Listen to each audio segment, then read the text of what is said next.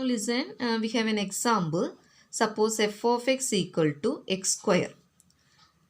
Okay, now we can draw the graph of f of x equal to x square. Let us take some points. When x equal to 0, f of x equal to 0. When x equal to 1, f of x equal to 1 square, that is 1. When x equal to minus 1, f of x equal to minus 1 square, that is 1. When x equal to 2, f of x equal to 2 square, 4. When x equal to minus 2, f of x equal to minus 2 square, that is 4. In this manner, we can form a table. So, using this point, we can draw the graph of this function. It forms a curve, a U-shaped curve, because it is the form of parabolic form. Okay. So, in this point, that is 0, 0. In this point, the curve reduces to its minimum value. So, this point 0 at x equal to 0, f of x is said to have its minimum value and 0 is the point of minimum. Now, see, the graph is increasing when the value of x increases. Okay. So, we can say that in this case, there is no maximum value. Minimum value is 0 and there is no maximum value. Similarly, in the case of modulus function also, f of x equal to mod x. So, the graph of modulus function, we know that it is a V-shaped curve, 0, minus 1, 1, minus 2, 2 and so on. Okay, 1, 1, 2, 2, minus 1, 1, minus 2, 2, etc. So, in this graph, listen, when x increases, f of x is also increases. So, there is no maximum value. And here, at x equal to 0, f is said to have a minimum value. It's clear? Now, see, we have another example, f of x equal to x. X belongs to the interval, open interval 0, 1. Now, listen, here in between 0 and 1, there are a lot of numbers, infinitely many numbers are there. Then in this case, we can say that, listen, the given function has no maximum value and no minimum value because this is an open interval. So, in this case, we can't consider these extreme points. If we consider these extreme points, we can say that f of 0 equal to 0 is the minimum and f of 1 equal to 1 is the maximum. Because of this open interval, in this case, f is neither have maximum value and nor minimum value. Okay. Suppose we have a curve, listen, like this is the curve y equal to f of x. Okay. And take an interval, it is 1 and this is 2. Okay. 1, 2. Now, this is the half of 1, 2, that is suppose 1.5. So, at this point 1.5, the value of the function is maximum. Okay, isn't it? At this point, the value of the function is maximum.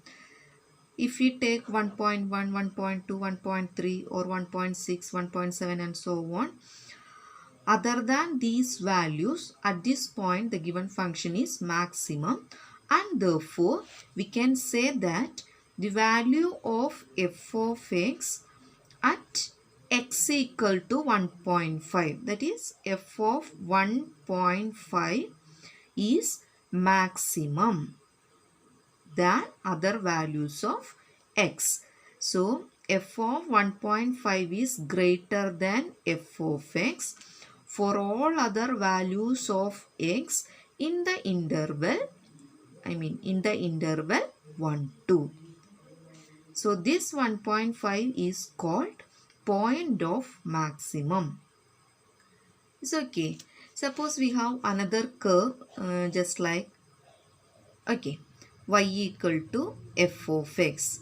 and this curve belongs to the interval 2, 3, closed interval 2, 3.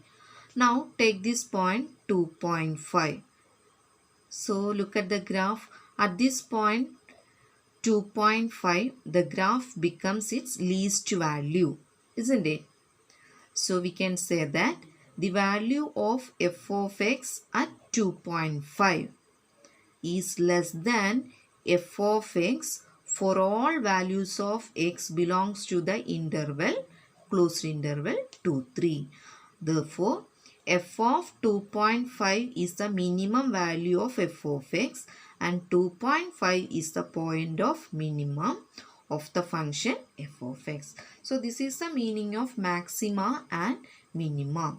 Using this concept, we are going to discuss about what is local maximum and local minimum. Okay, local maxima and local minima. Let's see. Listen, suppose we have a curve. Okay, this is the curve y equal to f of x. Let us take this interval, suppose 0, 2, and this is the interval 2, 4, and this is 4, 6. Just suppose. Now take a number 1 in between 0, 2, close interval 0, 2. Now take a number just nearby this one, or take a number h, a small quantity h equal to 0.1. Now what about 1 minus h and 1 plus h? 1 minus h just left to this 1 and 1 plus h is just right to this 1. So this is 1 minus h and this point is 1 plus h. Okay. Now in this interval, listen, 1 minus h, 1 plus h. Here this point 1 is at maximum.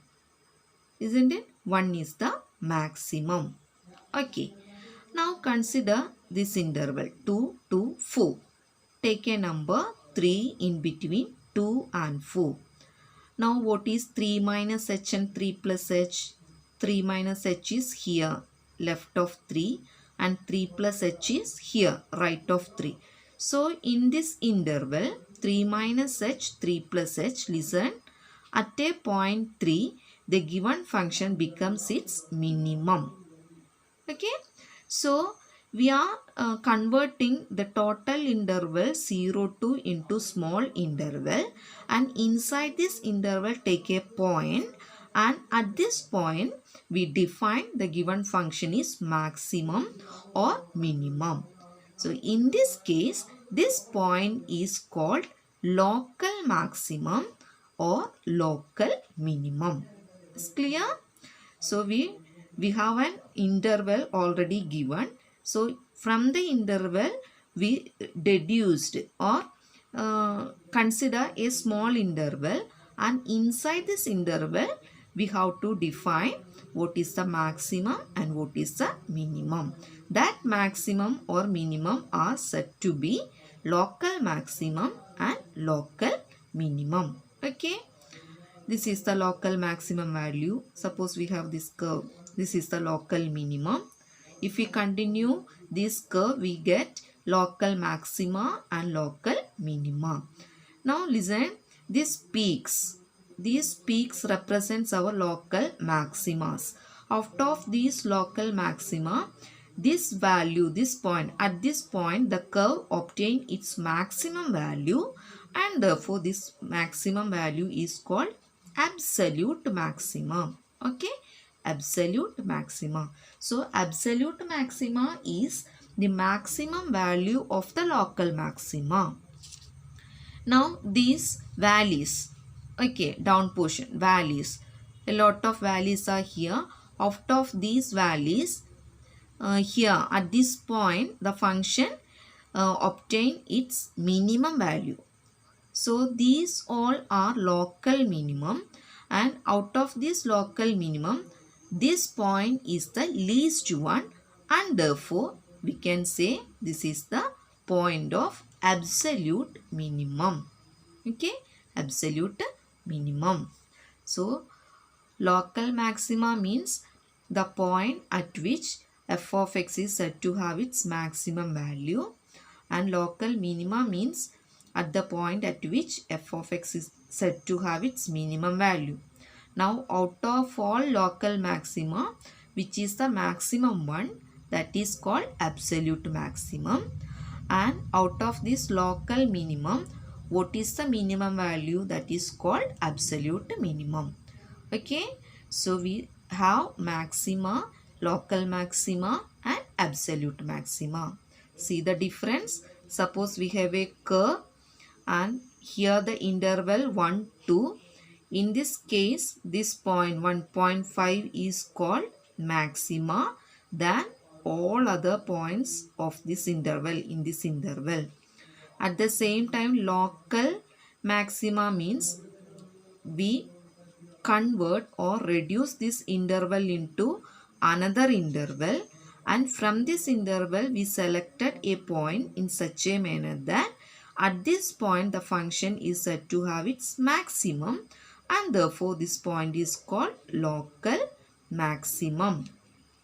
Now absolute maximum means if we continue this curve, we get a lot of crest and trough, peaks and valleys. Okay, so these peaks are having local maximum. Out of this local maximum, which is the greatest one, that is called absolute maximum. I hope it's clear to you. Maxima, local maxima and absolute maxima. Now we have an example. We have a function. Suppose f of x equal to x cube minus 4x plus 2. Okay. Can you say f of x is local maxima or local minima or absolute maxima or something that?